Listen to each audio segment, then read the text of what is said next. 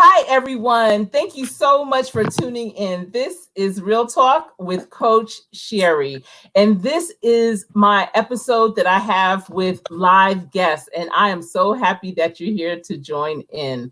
This channel is about workforce development, career readiness, and entrepreneurship. Entrepreneurship is for-profit as well as nonprofit. And tying it all together is self-awareness. If you are not self-aware, you will find yourself coming up short often. So you'll find a lot of great tips, strategies, information about how to become more self-aware and stay in tune with who you are. This is my 4th episode, and I am just so pleased to have my 2 special guests here tonight to join me here on Real Talk with Coach Sherri. And they are doing something that is so remarkable, so needed, Oh, and you know what? Before I begin, least I forget, happy Juneteenth, to everyone, to our ancestors. I am so honored, that today we are in celebration and we are doing things each and every day to honor our ancestors, to prove ourselves worthy to still be here as well. So each day we need to make it count. And that's another reason why I wanted these 2 ladies to come on tonight, because they are making it count every single day, making a huge difference in their community, in the lives of other young ladies who are the vessels to our future. And I want to thank them also. This is actually one of my guests' second time and on Real Talk with Coach Sherri. She was one of my guests years ago when I had my blog radio show. And I'm just so happy to have this platform where I can see their beautiful faces and not just hear their amazing voices. So I'm so happy to have them. My 2 guests are Lynette Medley, who is also my line sister. She was my back when we pledged Delta Sigma Theta, and her daughter, Nia McGlone. They are doing some great things. You guys, I highly recommend that you get your pen and paper ready to take notes down, because they're going to drop nuggets that are going to blow your mind. They're going to drop nuggets that are going to challenge you. They are going to drop nuggets that is changing the game. The foundation of things that I do is all around sports. Well, they are playing in a different field and they are changing the game. They are the CEO and owner, developer, creator of No More Secrets, Mind, Body, Spirit Incorporated. This is the only comprehensive sexuality awareness and wellness organization in the nation. They are doing big things out of Philadelphia, Pennsylvania. And I am so honored, like I said, to have them here to share with you what they are doing. And so without further ado, I want to welcome Lynette Medley and Nia McGlone. Hello, everybody. All right. I see some people are already in the chat. I see Sister Fifi Tyson. She's saying she is here. Thank you so much, sister. Thank you for sharing out this live. Yolanda Adamalola, who is also one of our line sisters, and she is my front. So online, it was Lynette, myself, and Yolanda. That was 17, 16, 15. And Yolanda is saying, yes, it started. Oh, Janelle. Hey, Janelle. Remember Janelle Lynette from New Jersey, New York, Harlem girl. LU is in the house, Lincoln University, our alma mater. That's awesome. Michelle is here. Michelle is another one of our line sisters. Hi, Michelle. Tiffany Chanel, who is an amazing YouTuber here. She is here. She's saying hello and welcoming everyone. Thank you for being here, Tiffany. I really appreciate you. I am so happy to see so many different people, and I know that they're going to continue to pour in. Definitely. So without further ado, Lynette and Nia, I want to get into this interview. I want to share the wealth. I want everyone to know what you are doing, what No More Secrets, Mind, Body, and Spirit Incorporated is up to. You have evolved and propelled so far since the last time we spoke. So we have to get it in. All right. So first of all, they have been very newsworthy. They've been on many news stations, magazines. They've been to Washington, D.C. on the Capitol. They have a day. What's the name of the day? It's National Hygiene Day, May 28th. May 28th, National Hygiene Day. They did that. All right. So they have so many accolades. Channel 10, if you're familiar with the Philadelphia area, the Philadelphia Inquirer, they've had write-ups about what they're doing because what they're doing is so game-changing, so game-changing. Michelle says, hi, Lynette. Hi, Michelle. Hi, 12 Bells. Thank you for coming in. Thank you so much for being here. Lynette, everyone, is an activist, an advocate, and visionary pioneer, motivational speaker, and author. She is highly skilled sexual awareness counselor and consultant with over 20 years of experience in sexual health, wellness, and sexuality awareness. Naya McGlone, she is a scientist, researcher, analyst, advocate, mentor, and director. Her perspective on life is centered on reducing harm and risk in vulnerable populations.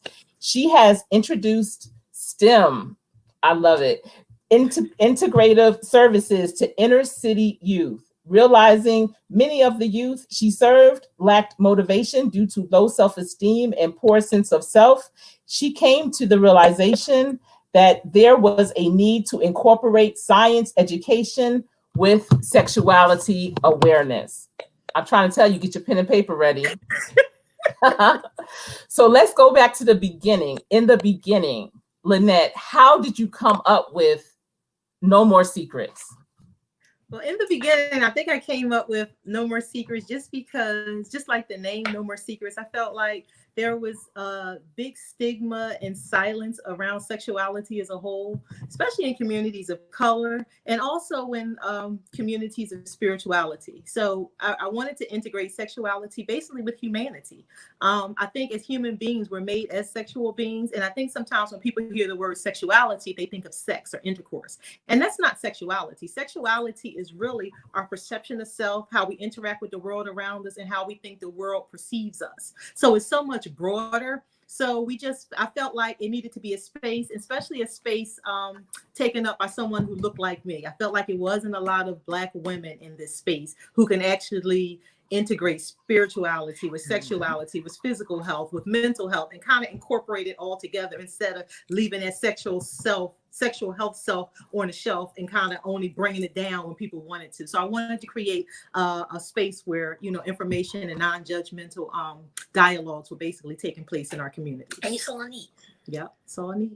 Yes, absolutely. So with all of that and understanding the need and seeing the need, I always, when I coach a new business, I always tell them you have to have your target audience.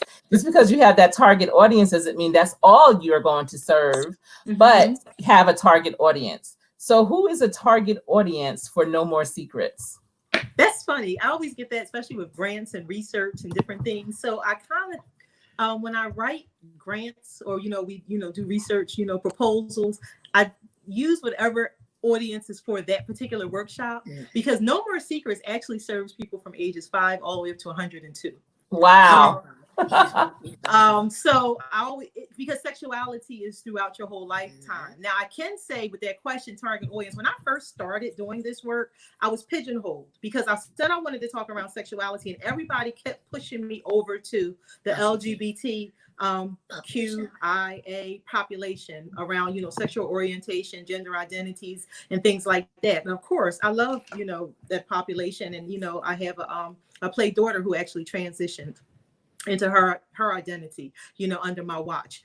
Love that population, and I do a lot of advocacy work just because I like to integrate it, because I always feel like the LGBT population is over here having conversations, and then the heteronormative, gender normative population is over here, and it's never intertwined. So definitely, I started there in that space where I actually got a lot of knowledge and a lot of understanding around politics, around policies, around the way we, inform people about information and getting, some key persons on your side to listen to things. But now, again, my target population has kind of shifted. Now I think my target population more is about women and females, not because I actually chose it. It kind of chose me. So now that's my population. It kind of fell into place. It kind of fell into place that way. So I get it. I understand. And that's what happens. You know, a target audience doesn't mean you have to be pigeonholed. And businesses sometimes really get caught up in their target and they don't allow themselves to evolve and trust the process because your steps are ordered where they need to be. And you found that your need is with women and girls. And so that's awesome. So because of what you do, you know, especially in our community, you know, it's not always freely talked about, sexuality. Mm-hmm. So how do you get the word out about who you are? And especially in the beginning, how did you get the word out about who you are, what you do, and how you can offer service? I think I was very intentional about not allowing people to close the door in my face. I was one that, and I think that's why I kind of take on these challenges that most people kind of probably couldn't do. I think what happens is that my focus has always been on the populations that I serve, and it has never been on me. And because I know the need in the populations and I'm carrying their voice further than it could ever go, I take it as basically my mission. So I really put it in a way that I'm not accusatory of people. I'm not judgmental of people. I don't, people, I think a lot of times in certain scenarios when people get an idea, I'm like, I want this to happen. And they're like forcing it on people. I really have conversations. Even when I introduce it to churches, I told the pastor, you will always be the leader of your flock. I can't come in and do that. But it's just that God gives each of us a gift. So if somebody's coming about a certain area, you might be able to talk to them on a high level conversation about it as far as spirituality. But when it gets to a lower level about intense conversations around sexuality or questioning themselves or self-esteem, maybe you need to bring in a professional like you would with an AA meeting or with a drug. And then I think that's what it is, educating people that sexuality is a part of who we are. It's intertwined in our being. And we can't be happy and successful in any other areas if we don't embrace who we are as a sexual being. That is so true. I want everyone to know that Lynette and Naya are not new to this. They are true to this. They have been doing this for years. Exactly how long has No More Secrets been in place? I know it's a 501c3 as well. So how long have you been at this, going to the churches, going to the schools, going to the community centers? How long? 2012. 2012. 2012. Wow. That's a long time. And I love that you never allowed a closed door to hinder you. And I'm sure initially, because you're the only one in the nation doing this, I'm sure initially people were like, what? No. So what was your inside voice? Because this goes for any business. So many people in so many different types of businesses let the doors close and hinder them from moving forward. And they miss their blessing. And the blessing is of helping others, but you kept forward. So what was your inside voice telling you to keep you going? The people. I think it was the people. I kept seeing the need. I kept seeing the need. And also I saw the deficits in services. I guess because I was in different service industries around mental health, behavioral health, social service. I saw the gaps myself. So if I saw the gaps myself, and even though someone else from a different perspective didn't see it, I know that it was a detriment to the community and to the people in our, in our lives, in our churches, and I think that was my push to say, you know what, you might not see it, but I have this, I don't know if this inner voice is telling me it needs to happen. You're always with the population. You always interact with the population. Every time you're always with them. And I guess because I'm a grassroots person. I'm at the ground running. I can't just sit in the office and make decisions on somebody's life when I'm not having a conversation. So I think I've always been intentional about listening to their voice and what they think that they need or that they see that they don't have. So I think that's why I was just like, even if they say no, I can get 8 no's and I'll still send you another email. Because it's so funny. Some of those no's have changed to yeses in another year or two. I'm getting a whole lot of yeses now where people are contacting me who wouldn't even answer an email. That is a blessing. That's why I always tell people, if you're intentional about what you're doing and if you're doing the right thing. Now, I'm not saying you start a business, you're not doing the right thing. No, I'm not saying that. Maybe you need to give it up if it ain't working. But everybody know. But if it's something that will change someone's life for the better, and my dog is drinking in the background, so you might hear that. Of course, he's going to do that as soon as I go on a live video. It's real talk. But if you know what you're doing is for the betterment of somebody's life, just like we're talking about Juneteenth, just imagine, if somebody didn't come and say, hey, you guys need to, they're free. They're supposed to be free. So even with Harriet Tubman, people love Harriet Tubman, but I always use her as my model. She kept going back. Yep. She kept going back. Yes. So my thing is that if I have to keep going back and I have to keep struggling with you for me to go back to save my people, I'm just going to keep doing it because I'm that vessel. And I just think that this is, I keep saying this is my assignment from God. So I think I just have a different outlook on the way. You have to put in work to make change. Yep. Yes, you have to put in that work to make change. Absolutely. And it's a I lot. love it. I you know what? I highly encourage all of you to go on Instagram, especially on Instagram, to check out No More Secrets, because they capture every moment and they do things every day. And they are busy. You can see what their mission is. This is an amazing amount of work that you do. I know that. And that's one thing that attracts me to what you're doing all the time. You stay on the forefront. One thing I also like is the fact that you are intentional about it.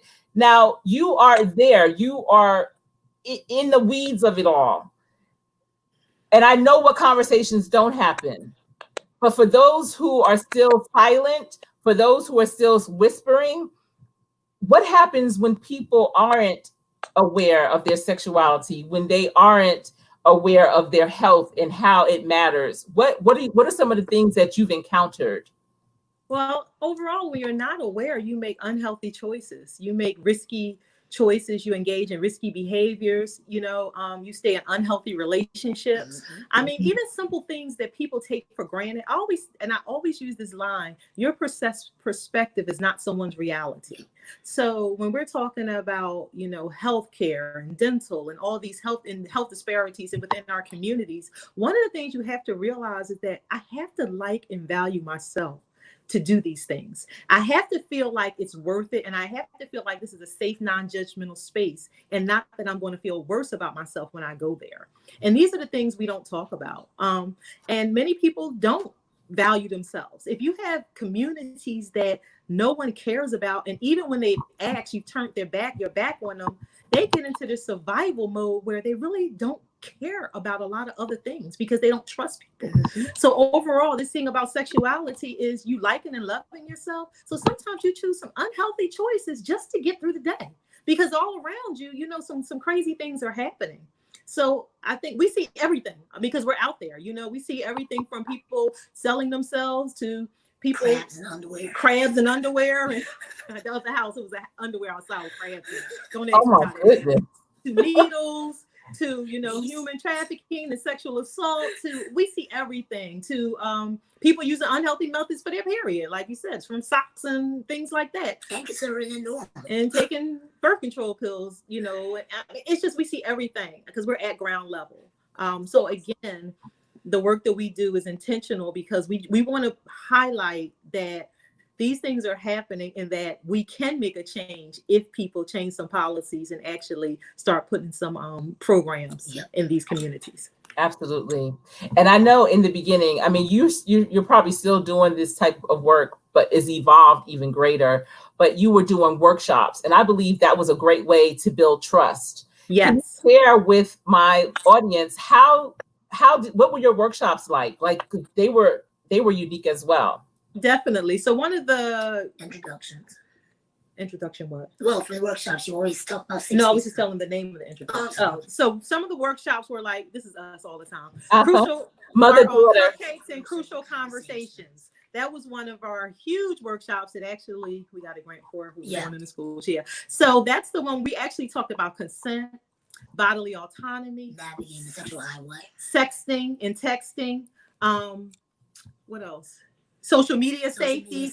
So these are the conversations that we don't have in our community around sexuality, where all of a sudden someone is charged with something, or they're accused of something, or somebody innocuously posts something on social media and don't realize it's against the law. So these are one of the conversations, and we call them cupcakes and crucial conversations because it was a relaxed environment where we would have something to eat and really have an open conversation. And we were intentional about including both genders, you know, however you identify, because what we do in our community is that we will give female identified persons a whole wealth of information around consent and rape culture, but not go and tell our male identified persons, but we hold them to the same level of accountability. Exactly. So they're getting charged, and they're like, wait a minute, I didn't hear this. And so we have changed, and we train our parents, our fathers about it, because it's a generational thing, that a generational curve that's happened in our community where we're not really including them in on the conversations. And mothers too, where people say, oh, I'm down, I know all that. And I'm like, look,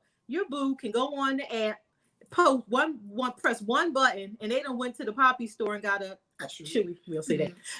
And you would think that they just went to go get some popsicles. I mean, I'm just saying, but we're at an age of instantaneous gratification. And if we don't include these conversations, we're going to continuously have our young people at risk. Absolutely. And so I know you had the cupcakes and crucial conversations, and then you had other things where you, especially when you talk to younger boys and girls, where you included art. So yes, and that. I'll take kids have back. voices. Wait a minute, I'm sorry. Kids have superpowers. Kids have superpowers too. What you talk about reclaiming royalty? Yeah, that's yours. Kids have superpowers too. Is when we started actually age 5. Age 5 and up, and it's in kindergarten and up. And we do art and we do different things with them, because one of the taglines that people use around sexual assault or improper touch is good touch, bad touch.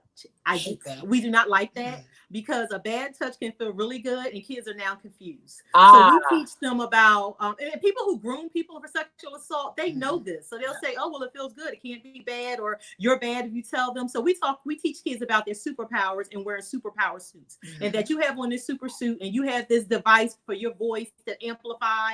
You have a microphone. You have a microphone. So kids make their superpowers, and they draw things, and we tell them, we talk to our parents like, so who are the people in charge who have the lock to their super suit and their superpower suit, and the only person who can unlock their superpower suit. And if someone else tries to unlock their superpower suit, they have to come to you. So these are the conversations that we don't talk about in our community, just because what I always tell people, because they're all people come from different systems and different perspectives. So when you come from poverty and you've been engaged in many systems, you start thinking that you have no privacy in your life, because every caseworker, every social worker, every person who comes into your house and asks you all these questions, and you're constantly telling everything about your life. So we literally have to teach people that they have privacy, that this is not something you have to share on social media. This is not something you have to share with a friend, because they start thinking that everything's an open book because they're involved in a system. So that's why our curriculums are based on where people are. We might do a different curriculum in South Philadelphia than we do in North Philadelphia than we do in Germantown, because when we come in, we ask certain questions and ask what's the needs and what's the deficits, and we kind of get an idea. Then we'll come back the next week, because things that are happening in certain communities aren't the same as somebody else's community. So we tailor our curriculums to meet the needs of the populations that we're serving, so that they're more engaged. Because if I'm giving them some information that doesn't make sense to them, they're not going to be engaged. So that's one of the other things that we do. We're very intentional about meeting populations where they are, so that we can see a difference from the time we come to the time we leave. Are you guys capturing this? I hope, because I have my notebook. I'm taking my notes. So I know in business, needs assessment is important. And it's true, you have to customize your curriculum. You have to customize your training. You have to customize your services to the population according to what they're going through. And it's so good that you're doing that, because so many programs try to do cookie cutter. They do a real curriculum. They come in with the same thing. And the kids are like, you want to hear that? Exactly. And the results are never the same and aren't always beneficial. So that's so good that you customize it. I'm going to go to the chat real quick, because I see it going around. So let's see. What do we have here? Oh, Michelle is saying, so good to see everyone. And 12 Bells, she's another YouTuber, great content. She's in New York and she has some great content. She's saying, hey, Sherri and everybody in the chat. Logical One, thank you for tuning in. Hello, Sherri and everyone. Yolanda is saying, amazing job. Let's see. Sister Fifi is welcoming everyone to the live. Thank you. And she's also saying, wow, and congratulations to you. All the things that you've done. And let's see. I agree with bringing in a professional is what 12 Bells is saying. Yes, a lot of people think they could do it themselves, but a professional is always a good thing. Never give up is what Sister Fifi is saying. Michelle Jones is saying, yes, they are very, very busy, always helping others. What a blessing. Yes, yes. Lynette and Naya are definitely. Alvinda Carson, who was a dear friend of mine, she's in Georgia, and she's saying, excellent work, ladies. Carter's Eat, who is a soror, also went to North Carolina A&T. She has an amazing YouTube channel. And soror, Lynette is my Sans. She's my line sister, and her daughter Naya. They are a dynamic duo. This show is all about them. Let's see. She's saying hello to everyone. Yolanda is saying the public schools are in need of this information. They are. This needs to be incorporated some kind of way. Thank you for sharing the live out. Carter's Eats, Pandy's Hair Candy, and more out of South Carolina. Thank you for coming to the live. Thank you so much. Let's see. She's saying hi to everyone. And 12 Bells is saying that she likes the individualization approach, the individualized approach. And that's awesome. Let's see. All right. She said, be right back. So this is going so many places. I hope people are realizing that they can apply some of your strategies, some of the things that keep you going to whatever type of business that they're doing or whatever they're doing, even in relationships. You know, you have to be intentional.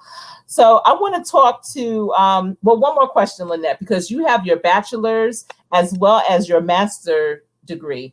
When you went to school, especially for your master's, what were your initial plans to do, you know, with it? What did you get your master's in? Human sexuality education. Okay. Did you envision all of this? No, absolutely not. I don't know what I envisioned, but no, I didn't. I thought that, you know, maybe I would teach sex ed. And I think that's one of the things that I always tell people. So the reason we started in 2012 and we didn't get incorporated to 2016 is that we were kind of fighting back and forth because they wanted me to get incorporated as a sex ed organization. And I was like, I'm not a sex ed organization. I'm a sexuality awareness. So we was going back and forth. So I think in my mind, I thought maybe I'll just go teach a little class here and there. And 4 years we was fighting this. so and then maybe I'll go do this. But no, I never thought that the reach would be this great. No, I didn't. Even though I wanted to go into sexuality because I was doing a lot of work anyway around integrating conversations around sexuality and creating safe spaces for persons, you know, however they identify as their identities or whatever. And I was like, well, let me get some backing behind it because I know a lot of this stuff, but let me just get the credentials. But then even my experience at Widener, just being exposed to so many wonderful people and so many opportunities and just so much learning. Then just coming out, like I said, I didn't know where I was I didn't know I would end up where I am now. Mm-hmm. That's awesome. I'm glad I'm where I am. So what's the benefits of becoming incorporated, even if you're already a 501c3? Because there's a lot of nonprofits out there and they might need to hear this. No, I was just an LLC at first, right? We were LLC, and then we went over and became a 501(c)(3). Yeah, we started as LLC. And that was, you know, for the betterment of the organizations to be able to get donations, especially because I dealt with so many persons who were in need and populations, and we were doing because remember when I first started, we just going to be, I'm going to do counseling and therapy and education. I didn't know that I would be doing a lot of public service work. Okay.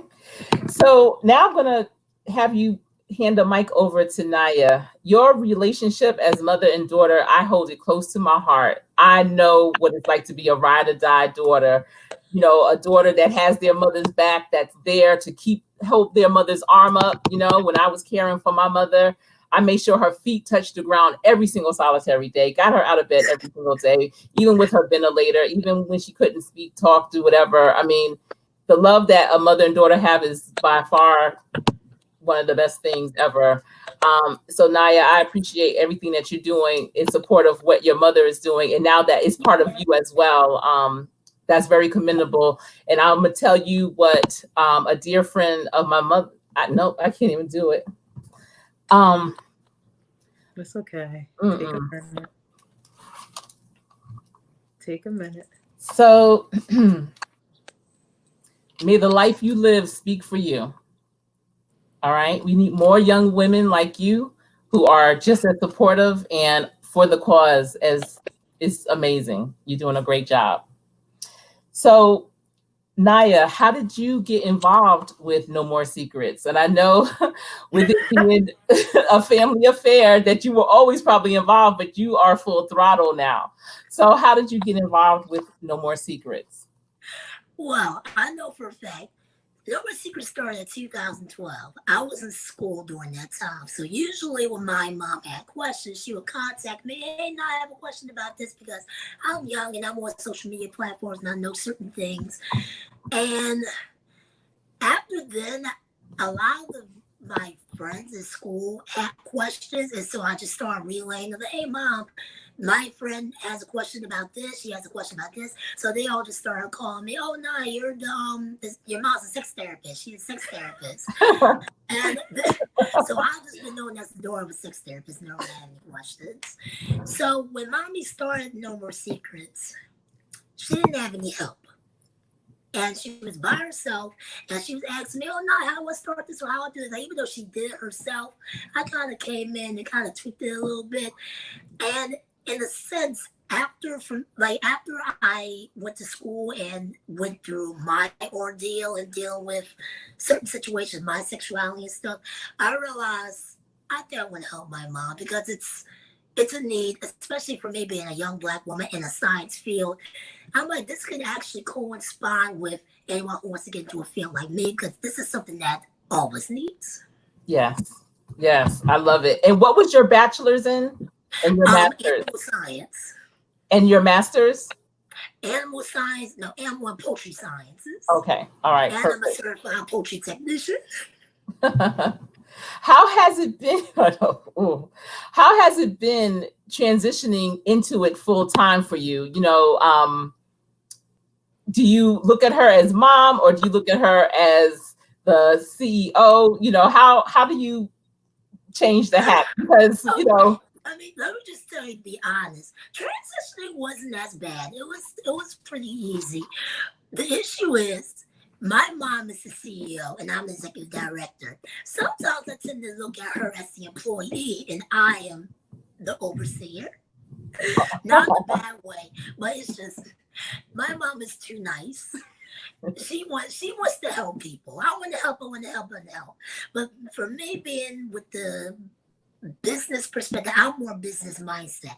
Because she's the one hopping through hurdles. And I'm like, well, mom, you can't be hopping through hurdles without doing this first. You can't do this without this. Well, did they say this? Or did you look at this? So I feel as though the transition was, I think it was like really easy because I'm that extra handle to help push my mom look at it from a realistic perspective and make sure that we're in the right direction. And yeah, you're more analytical. She's more analytical. I'm more analytical. Because she has a science brain. She has a science brain. So she computes and calculates and and I'm like, what? Where we need to do this? She was like, no, that doesn't make sense.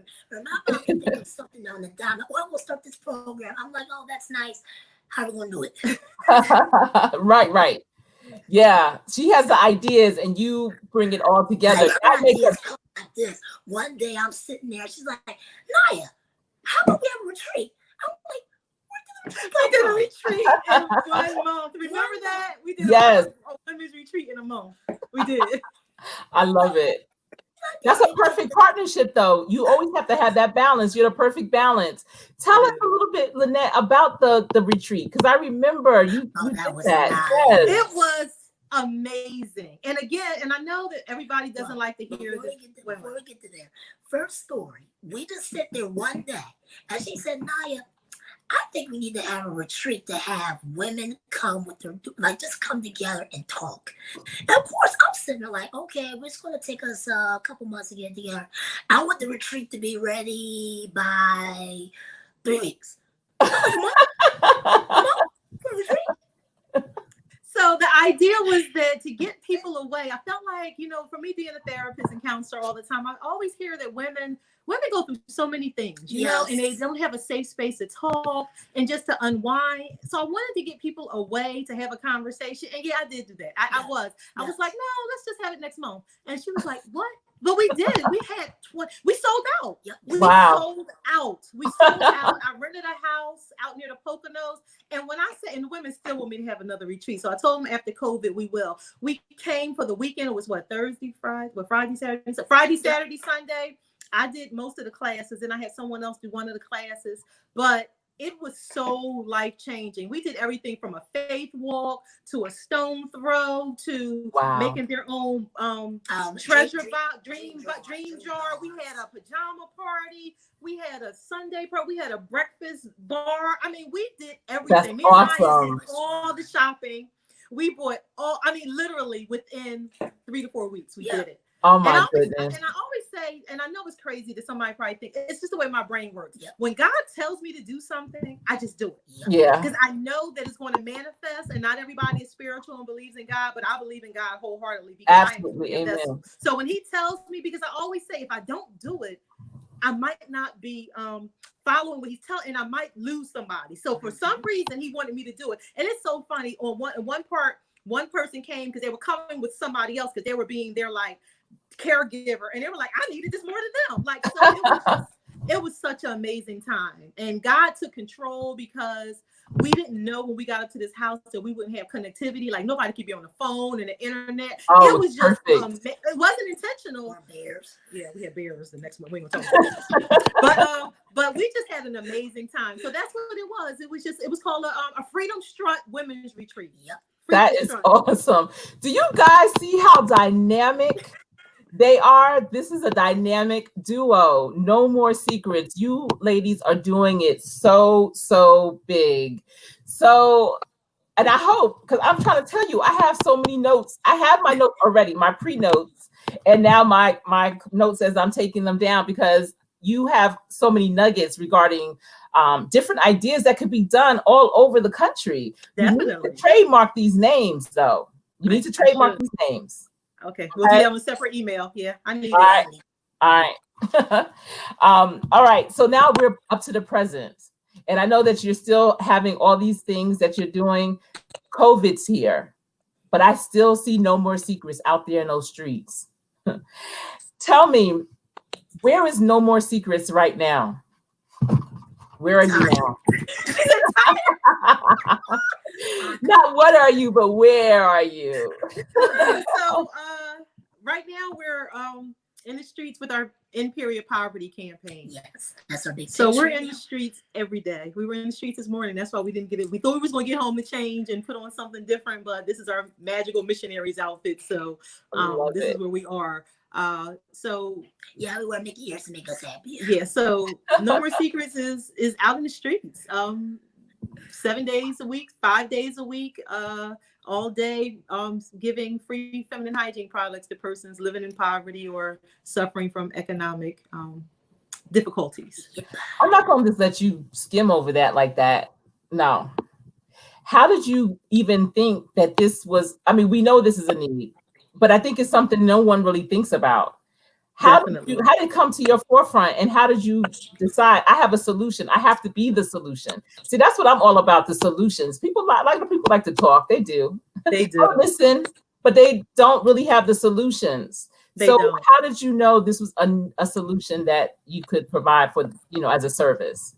Well, again, it came from me, being a counselor and therapist. I get referred young people who are, as they say, acting out sexually or making unsafe, choices or decisions. Mm-hmm. So I was getting a couple of young people in, and they were making, risky behaviors and just engaging in unhealthy practices. So this one girl, I always call her Holly. We just had a conversation, and she was just like, I'll do a blow, whatever. I'll do whatever to a man. I'll, sell myself, and I'll still do whatever just to get a pad or a tampon. And I'm like, what are you talking about? She was like, it's me, my mom, and my 3 other siblings. And every time we don't have money for it.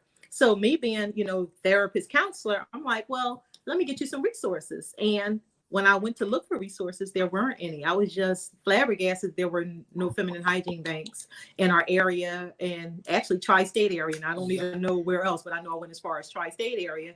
And then, I was like, so are you homeless? Are you in dependent care, foster care? Like all the questions that you normally hear when you're talking about menstrual insecurity. And she's like, no, I'm just at home. And my mom was on, public assistance. I was like, oh, well, that's covered.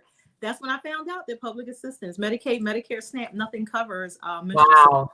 Wait, stop right there, because you might be going a little too fast. I need people to hear that and understand that and know what you're doing is serious. Medicare, Medicaid, WIC, none of that covers menstrual hygiene. Wow. Nope. Nothing. And I think that's something that people don't realize because, again, remember our government is a patriarchal government. It's based on maleness. And because this is a female issue, and I'm not getting into, other persons, I know it's menstruators, trans-identified persons and all that. But right now, I just need to be really clear on my message that because it's coming from a male-centered perspective, they haven't thought about it as a necessity. And I'm going to say this again, enough of us aren't talking about it.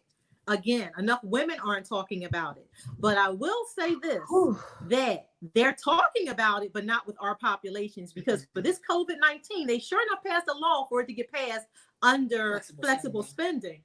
So it's a need, but you sure didn't pass it for Medicaid, Medicare, SNAP, or WIC. So to me, that's another disparity in our community, and we're not talking about it.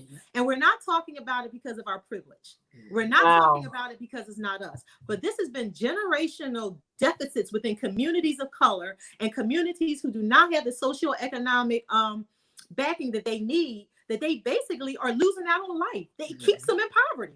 They miss school. They can't go to work. They engage in unhealthy, they end up in prison. I have young people who actually get locked up every time their cycle is on so that they will be in somewhere where they have running water and supplies when they have their menstrual cycle. Wow. That's a disgrace in 2020. Wow. Do people hear this?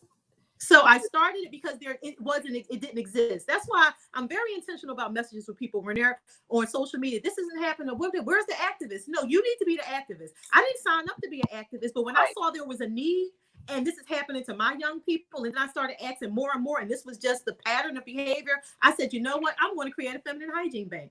And no, didn't have any funding. We still have funding. We didn't have funding. We didn't have backing. We didn't have political support. We didn't have any of that. We just said, you know what? We're going to start asking people for donations. And that's how we created the first feminine hygiene bank in Philadelphia and the tri-state area. Wow. And I'll continue.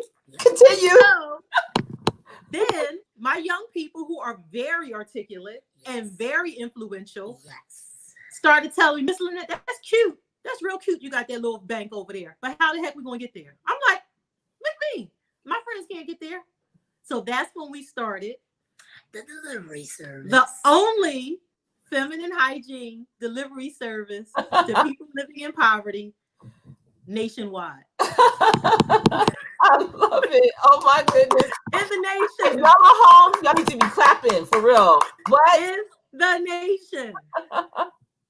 I love it.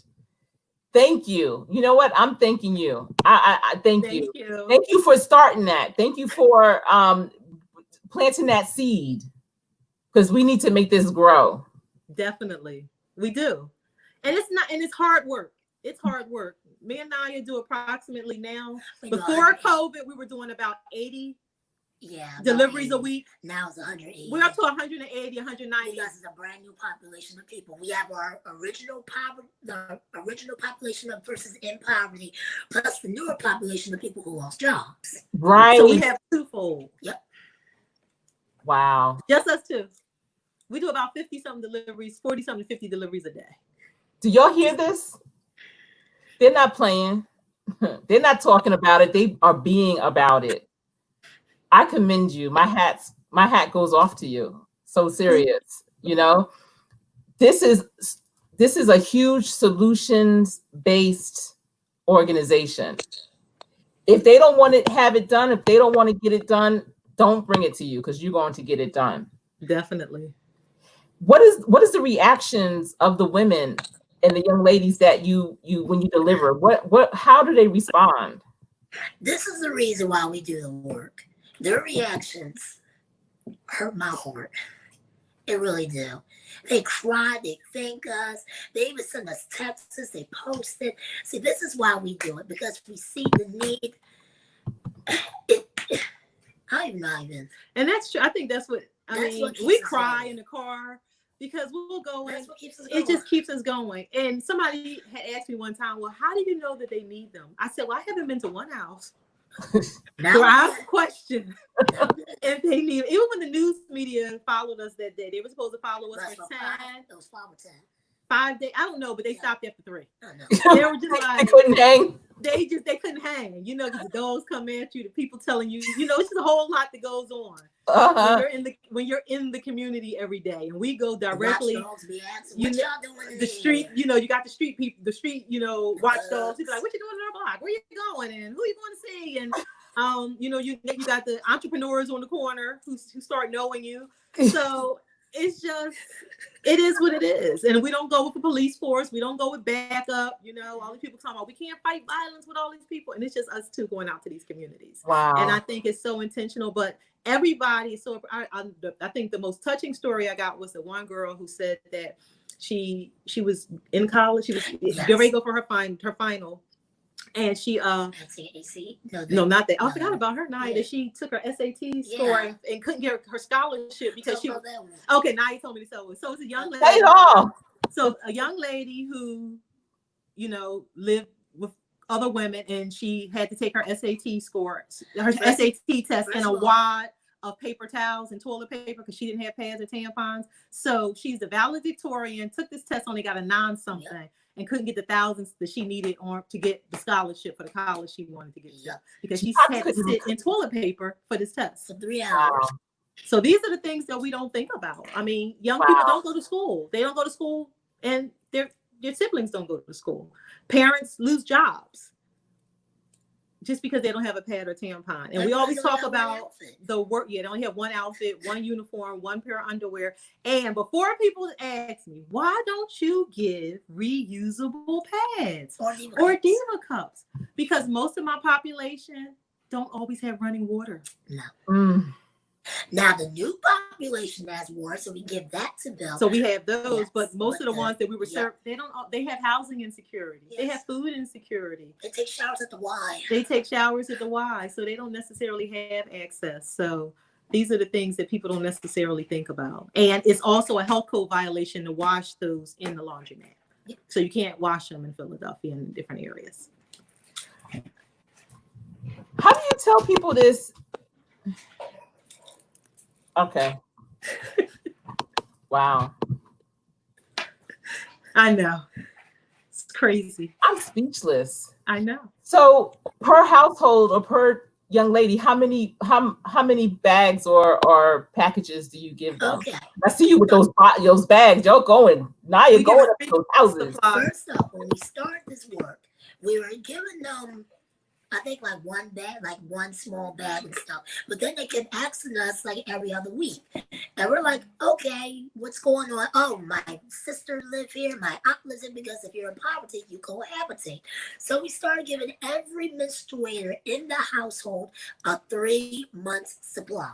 3-month supply. So each bag is around $75 to $85. Yep. So one household, we can spend $500.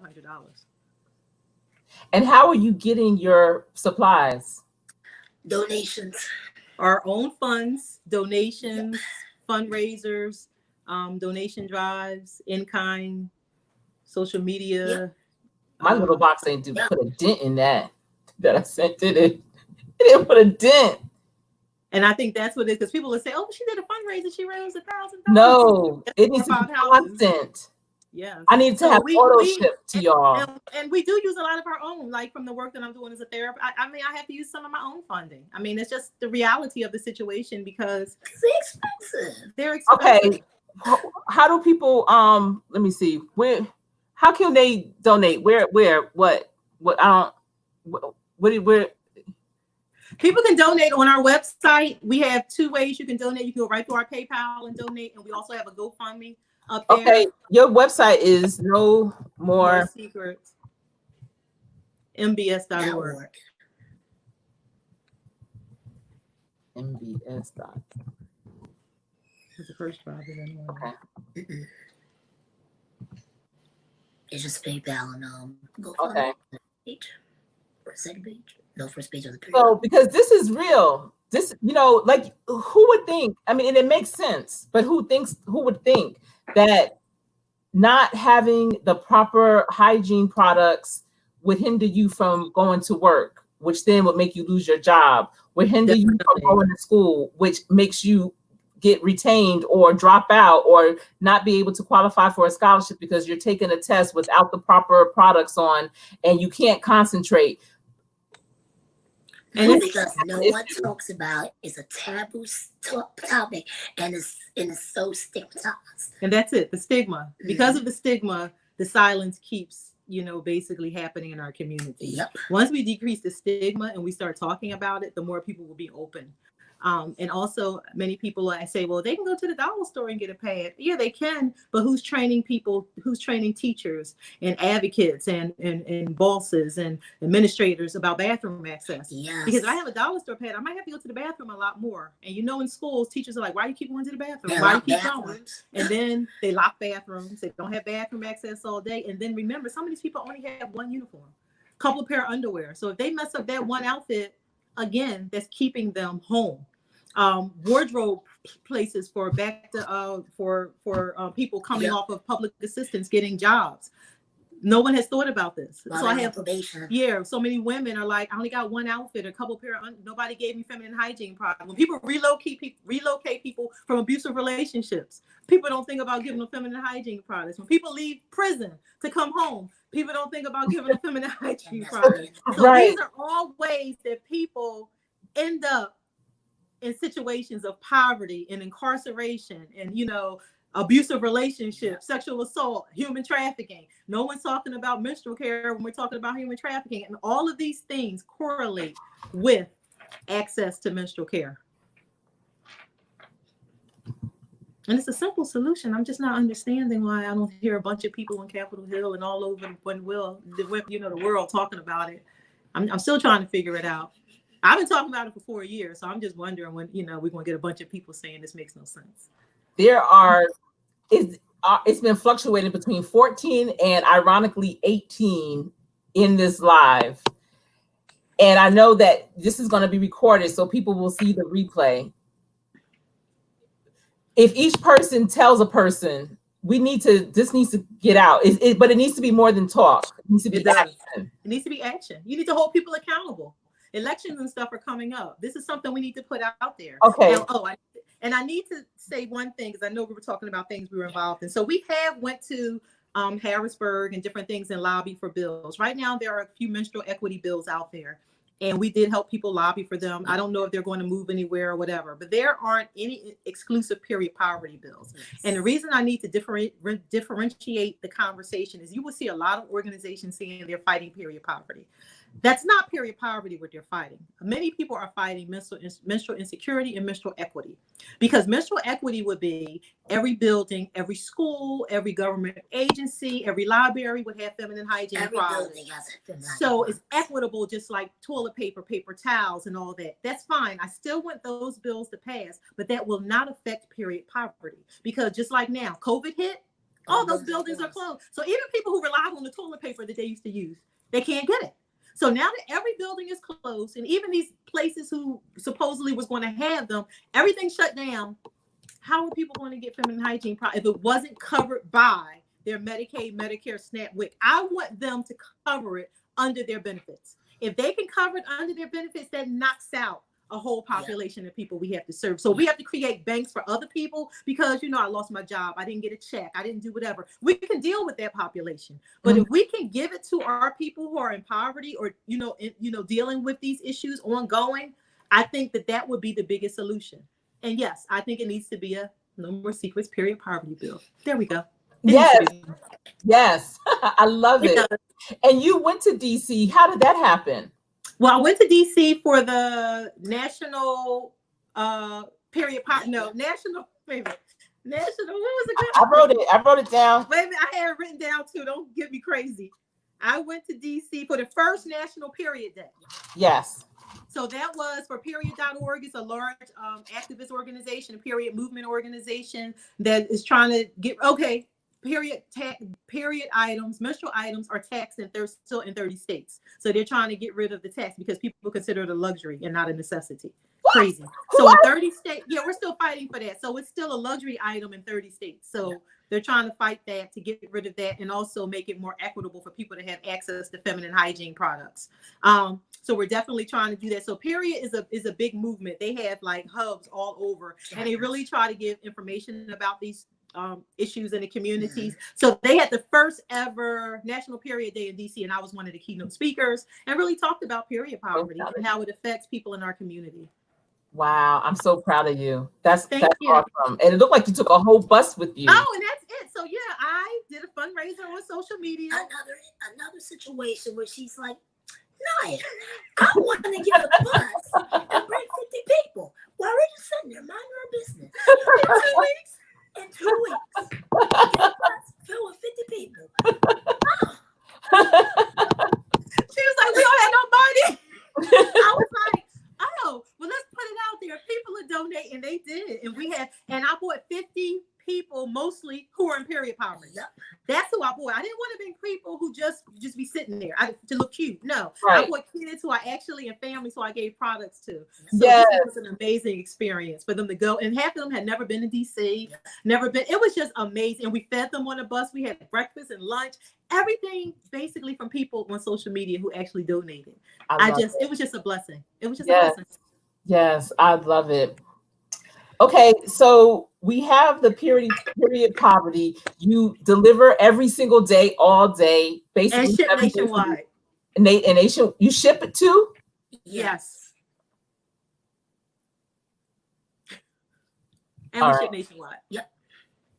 Our largest populations in Illinois. Yeah, Illinois. It's a lot of Illinois. Yeah, we get a lot from Illinois. Las Vegas, North Carolina, Texas. How do they hear about you? What's going on?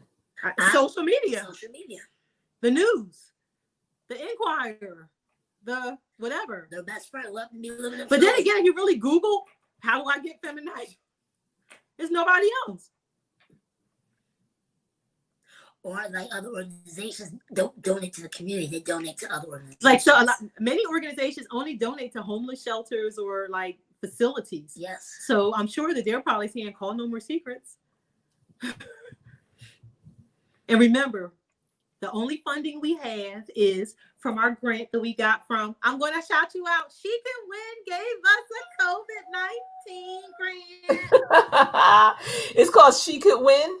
Yes, it's a Black organization that wanted to support Black women-led organizations during the COVID. So they chose 4 organizations, and we were one of them. So shout out to She Can Win, who gave us a COVID-19 grant.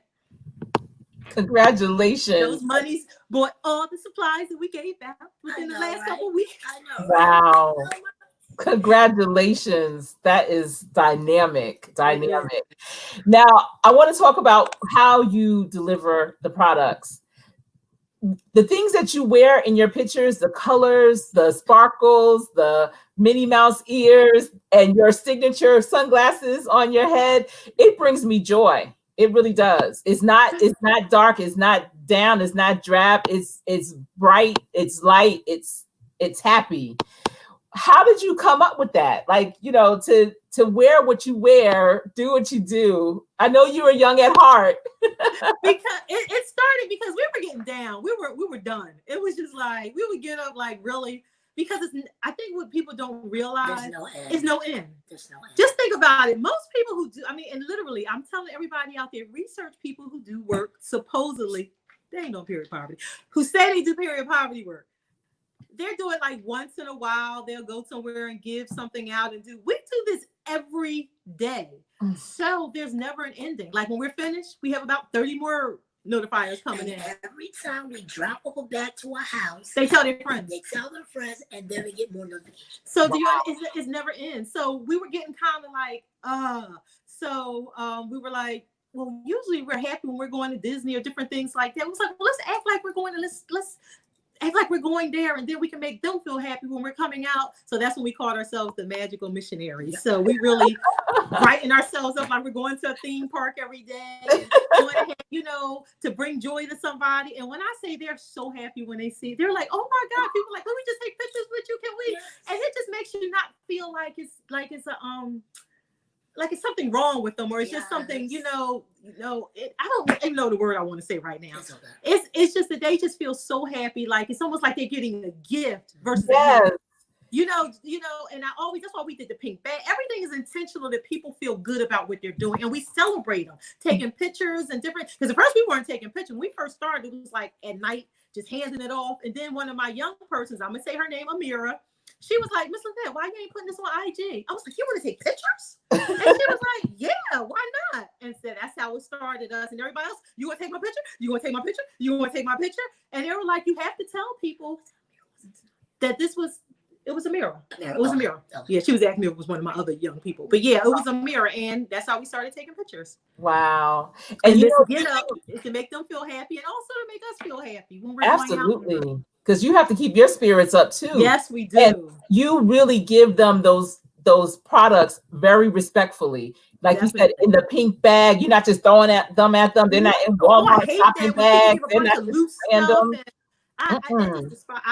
I'm just telling you, because by the grace of God, right now, that's not a situation that we're in. And I just would want people to treat people with humanity. Mm-hmm. Treat people with humanity. Just give people what you would want. Yep. And I always say that when people say, well, if they don't have anything, you can give them anything. And I always tell people, then that's only adding to the problem, because this person doesn't wear tampons and I give them tampons. I'm still keeping them in the same position. Right. If this person needs a certain type of, some people literally have reactions to certain brands of pads. Yeah. Bottom line. And I listen to that because I want to create a safe environment for my population. Mm-hmm. I don't want to put them in further harm, because then I want them to trust me, and then we can engage in other conversations that can lead to referrals to doctors, mm-hmm. referrals to physicians, referrals to specialists and different things, referrals to food banks, referrals to job opportunities, because I want to create that relationship with them. And that starts with, what do you need and what do you prefer? Yeah, that's a different conversation. When you start asking people what they prefer, you're like, you're empowering them. Yes, to use their voice. They have a voice. Of course, it can be like, well, I might not have that kind. What else? But it lets them know that they have a choice in what they get, because they're still a human being. Absolutely. I feel like the Disney franchise need to be sponsoring you in some kind of way. You guys should write. That's what Naya said. Somebody needs to write a or send. Come on, Sherri, you can do that one for us. All right, I got you. And somebody said that to us, because I'm telling you, I'm not going to act like I'm gonna write another letter right now, y'all. You know who said? The person who made your mask. The person who made my mask. Yeah, somebody on Etsy has said you guys need to. They should be giving us something, because we're sure.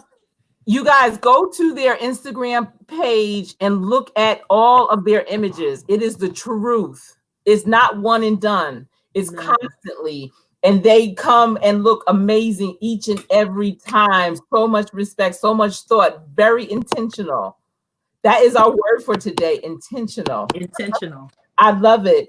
So how do you keep track? Like, do you have an Excel spreadsheet? You have a cycle tracker for everyone?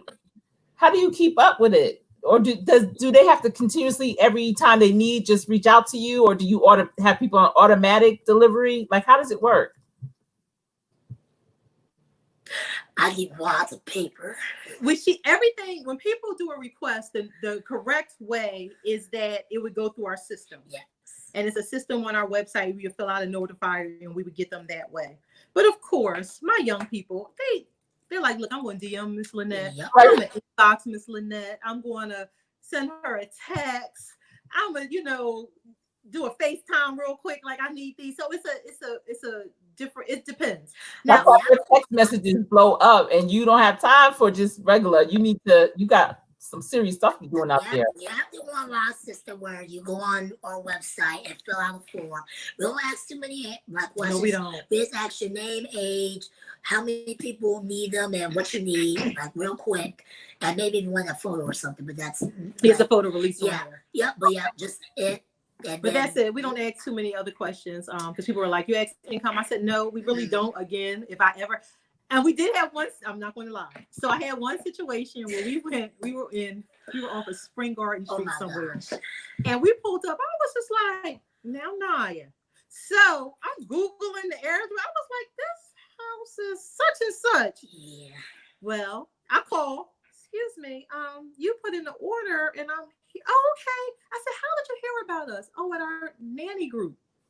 She was one of the persons who was doing work within the household. Yes, she was a nanny and a housekeeper. And so sometimes you want to make sure that you're not being, because again, this is charitable. I don't have funding for this. But then we go in certain neighborhoods, you're like, well, wait a minute. But I have never, and I will say it again, I have never had an opportunity where I felt like the person didn't need it. Everybody has been gracious. And it's some people who work. It's people who work, who are middle-class people who, after they pay their rent and their utilities, if you have 3 girls, everybody's period sinks. They don't have enough for everybody, or they run out, or they use paper towels or toilet paper as a normalcy, as a normal thing. But when COVID hit, no paper towels, no toilet paper, and no buildings open. Yeah. So if you ask on the thread, how many people had to use toilet paper once or twice before their life in school, high school, college, didn't have it? Just think about it.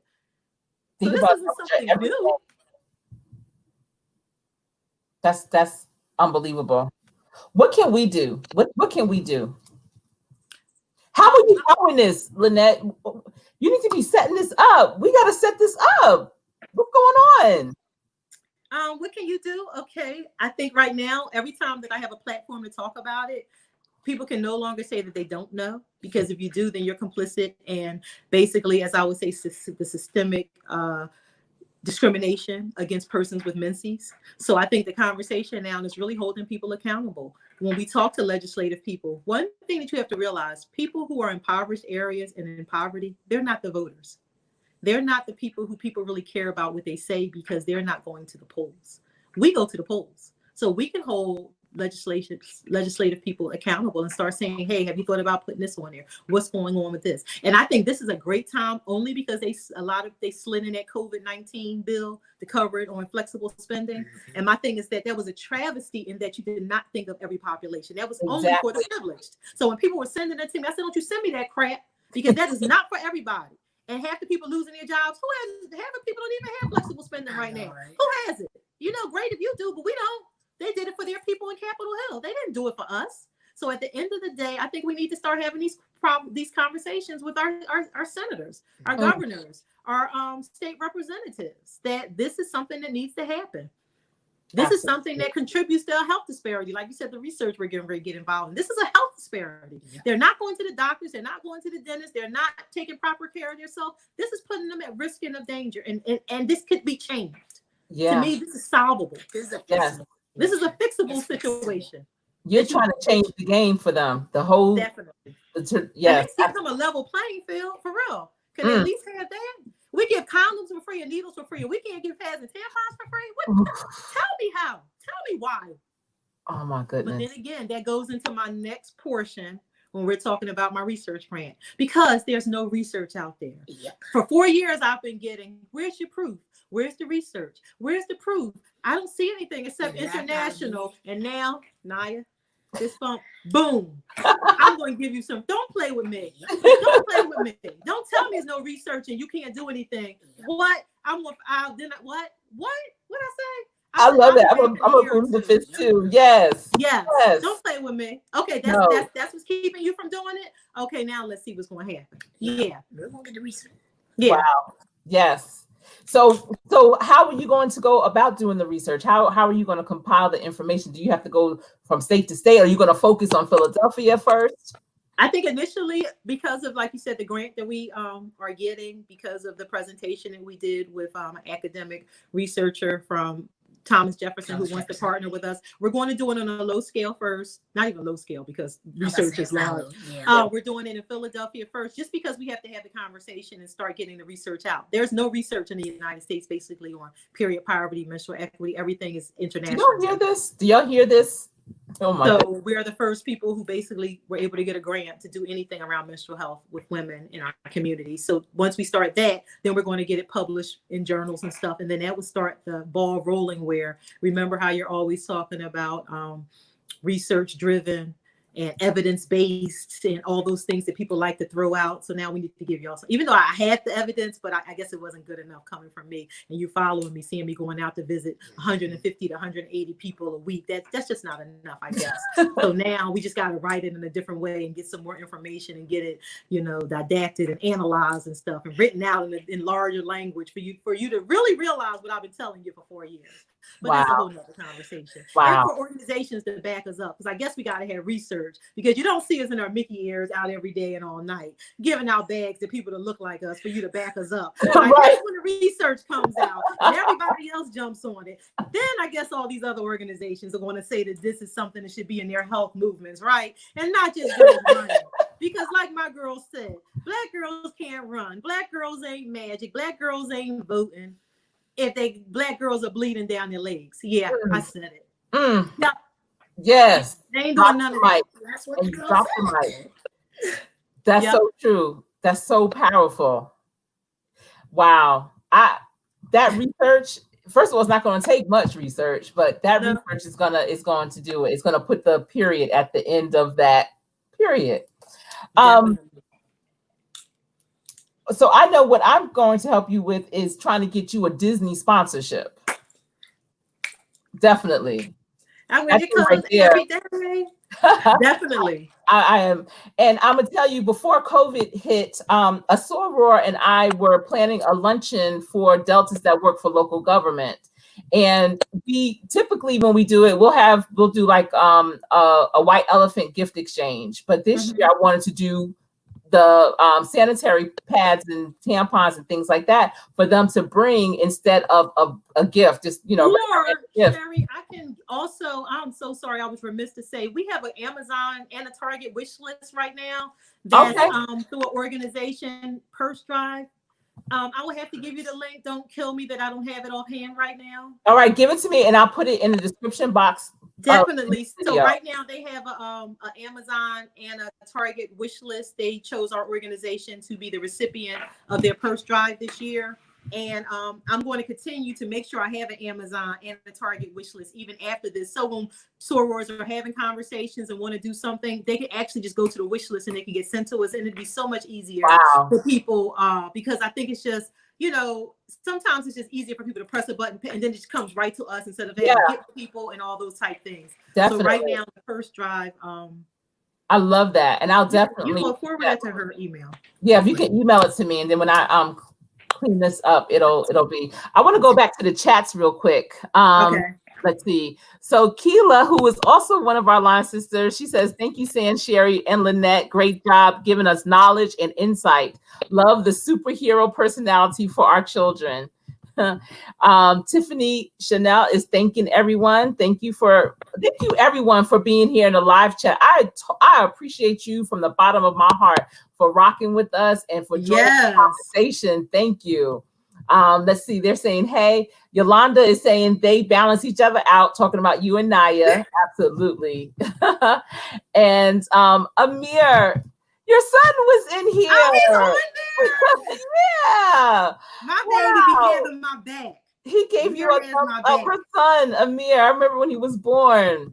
Thank you, Sister Fifi, for being such a great mod as well. She's saying hello to everyone. Alvinda, she's saying, love that title for a retreat. I'm sure it was awesome. You guys are truly a blessing. Get it done. Kim Barnes. Oh my goodness. I can't remember her maiden name, but she went to Lincoln with us. She came in as a freshman with us. She's from Connecticut, but she lives here in Charlotte. And she says, that is real talk. It's very expensive. Yes. And yes, it is. It is. Pads are expensive. And during COVID, they were hard to find. That's another thing. They couldn't find them. I sent you the Purse Drive. I emailed it to you just now for the link. Okay, perfect. I'm gonna make sure to put it in. And Deborah McDonald, my best friend, college roommate of all 4 years. She says, hey, Sharinsky. That's me. What an amazing conversation. Lynette and Naya are doing amazing work in the neighborhood. And how can people donate? So let them know again, Lynette, how can they donate? You can go right to our website, nomorесecretsmbs.org, and you can go right on our PayPal. We have a PayPal link and we have a GoFundMe link. There's our website right there. You can go right on there and the funds come right to us so that we can actually order and buy stuff that way. And then Sherri said that eventually she's going to put the link right now. It's a purse drive going on where they have an Amazon and a Target wish list. And you can go on those and purchase items if you would like to, either way. Yes. Wow, this is a beautiful thread with the chat, everyone speaking, saying hi. It's almost like a family reunion. Alvinda is saying amazing. Debbie said, I think that this should be on a national platform. I think so too, Debbie. Even bigger than where she's taking it. Like, so serious. Because this is international. It's not just within the United States. It's, women all over the world have this situation. Cardis Eats, who is another soror, she says, okay, and she's back. Debbie says, Lynette, I'm so proud of you. Alvinda says, absolutely a simple solution. Let's see. This is real talk, is what Debbie says. It is. It's real talk. Great job, Naya. You are a blessing to your mother. Absolutely. Thank you, Sister Fifi, again for welcoming everyone. I appreciate you so much and for sharing out the live. And she's saying congratulations. And Debbie said, how is it possible that they are the only organization doing this? That is the question of the day. Because it's a lot of work. Yes. I've been saying this is a health crisis. This is a health crisis. It is. We have volunteers who help us out. I don't know if any of my volunteers are on here, Callie Tran or Jessica. They do a lot of work behind the scenes. I have volunteers that I've met through social media who actually are excellent volunteers who reach out to brands for donations or. Oh yeah, I'm sure. Let's see. Michelle is saying staying the course is so important. You show so much strength against the naysayers by doing this and putting the goal before the role. Yes. Thank you for being an example for many young women and older women. You're an example for women, period. And then Alvin is saying, I plan to share this with some people I know that can make a change. I am too, absolutely am. And Keela is saying, I am just blown away by all of this information. The situation definitely needs to be nationalized. I want my chapter to make donations on a monthly basis. And Debbie is saying the Amazon and Target wish list is a great idea. It is.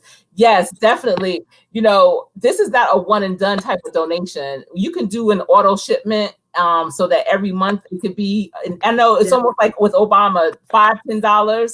So one, whatever. We have people donate on our PayPal like $10 a month or something like that. And it's just, it means so much because again, just think when COVID hit, I'm getting upset. No, when COVID hit, don't get upset, Mama. It really shed light on the disparities in our community, in our nation. Yep. It really showed, like, just think, some of us were safe at home, never had to leave to do anything. But people who were impoverished had to leave their house for everything. They had to stand in line for food. They had to stand in line to get whatever they needed. They had to go out of their house. They were never safe at home. And people were like, why? Because everything they needed were outside of their home.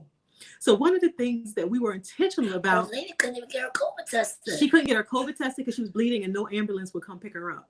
People couldn't get in the food lines because they were bleeding because they couldn't have supplies. So something as simple as having a menstrual supplies that we don't think about is really interrupting people's lives. People couldn't go get the lap books for their children. Children couldn't get online. I mean, so just think of all these different things. But this has shown the haves and the have-nots. And if it didn't show you anything, I know a lot of people are saying, oh, I need to prepare better economically in the future. I need to do better for my children. No. What Obama said in that graduation speech was, we need to reach down and realize that we need to get more people on the same playing field. We need to realize that everybody is our community. So as we're saving for ourselves and doing for ourselves, you need to start saying, what can I do for somebody else? What can I do? Because we have to start doing to let other people know that they're important. Do you understand? We're not going to have a great white hope say, we're going to go save these. No, they're not. We have to start showing that this is an important, relevant issue. And then other people will say that this makes sense. Absolutely. And that's all I just need to say is that as a child of God, I just know that God always says what, we're supposed to look at everybody and love everybody and want the best for everybody. So you can't keep getting and not giving. Yep. And that's what my spirit is. I'm a giving spirit and I'm a doer. Some people, have ideas, but they won't do them. I can't sit in a meeting past 2 times. That's it. If by the second time you don't have a solution and not doing it, they know that's not coming. Yeah. Because in those 2 meetings, somebody has died, somebody's made a bad choice, somebody might be hospitalized while y'all sitting here safe in these meetings. I ain't got time for it. Right. Nope. Yeah. I know. I'm in the street too. Yeah. Boots tied up. Absolutely. You know what? I want to end on that because I think that was well said. It summed it all up amazingly. I'm gonna have to have both you and Naya back again because I also want to dive deep into the nonprofit sector of it all. I'm sure that there are other organizations out there that want to be on the right course and definitely don't know how to do it. And you've done it and are doing it very well. I'm very proud of you and all that you're doing. We all need to, all our hands need to be on this deck right now. Definitely. Well, they can jump in on July 1st. Tell me about July 1st. July 1st, we're kicking out our social action platform. It's called #BlackGirlsBleed. Yep. Black Girls Bleed. Main thing is just to decrease the silence and stigma around the menstrual cycle. I'm going to ask people to share their period stories. I love good, it. bad, and different, just to decrease the silence and stigma. And then this will increase awareness about the needs for menstrual care and menstrual hygiene. So we're going to have people, you can send a video, you can post whatever you want, and it's going to be #BlackGirlsBleed. If you want to come on IG Live and talk about it, and it's not just about your first period story, anything. It can be about your endometriosis. It can be about your fibroids. It can be just like, oh my gosh, because the more we talk about it, and it is Black Girls Bleed because there's a larger population of Black community that really aren't having these conversations. So that's what's increasing period poverty. And we don't have a platform for people to look like us. And also, I'm just saying this, I'm calling this out that most menstrual spaces are white spaces. The menstrual brands do not donate to Black organizations. I'm calling y'all out because you're not sending me crap. And the menstrual movements are not, most menstrual movements are not inclusive of Black organizations. I'm just calling out. You will make money off of giving to our populations, but you definitely won't help out a lot of Black organizations. Yeah, I'm calling people out. Doesn't matter. So that's what this is about. We're bleeding and we need resources, and we just want to have people tell their stories. And by having it trend and have these conversations, we are having the 2 organizations, I don't want to mention them yet, who have said that they would share information on their platforms and kind of highlight it. But I don't want to say it yet until they officially put it out that they're doing it. But I just want people, so get your story ready. And if you don't want to talk, we're going to give you 3 questions. You can post a picture of yourself and put the answer to the questions, but you just have to put #BlackGirlsBleed because we needed to trend so that maybe some famous people will get on it. Because once they start posting it, then all of a sudden, woo, counsel and everybody else wants to do something. Let me just tell you, I have to help my babies out. So July 1st, I want all of y'all to get ready to post for something for Black Girls Bleed. I have it written right there. Everyone write it down. Save the date. July 1st is coming up. Black Girls Bleed. We talk, period. That's it. That's what it is. We talk, period. I love it. This is awesome. I want to thank everyone for coming out and joining us tonight. Sister Fifi Tyson being the first one in the building. Carter's Eats, Tiffany Chanel, Deborah McDonald, Michelle Jones, Yolanda Adamalola, Keela Abram. Let's see, Alvinda Carson in the building. It's 12 Veils. Let's see who else. So many people. I almost hate even saying names because then you get all mixed up and misnames. But Michelle Jones, I love all of you. Thank you for being here. Amir, oh my goodness, young man, congratulations to you, your sister, your mom. Y'all are doing a phenomenal job for the community. You are changing the game. And I am praying for you all the time, for your health, for your strength, because it's the 2 of you back to back, elbow to elbow, arm in arm, hand in hand, and y'all just keep each other up. Stay healthy, stay strong. And God has you covered. The life that you are living is speaking for you loud and clear. I encourage everyone to, in some form or fashion, support No More Secrets. And until we speak again, everyone, please remember to stay safe, because this has been Real Talk with Coach Sherri. And thank you, Lynette and Naya. Thank you.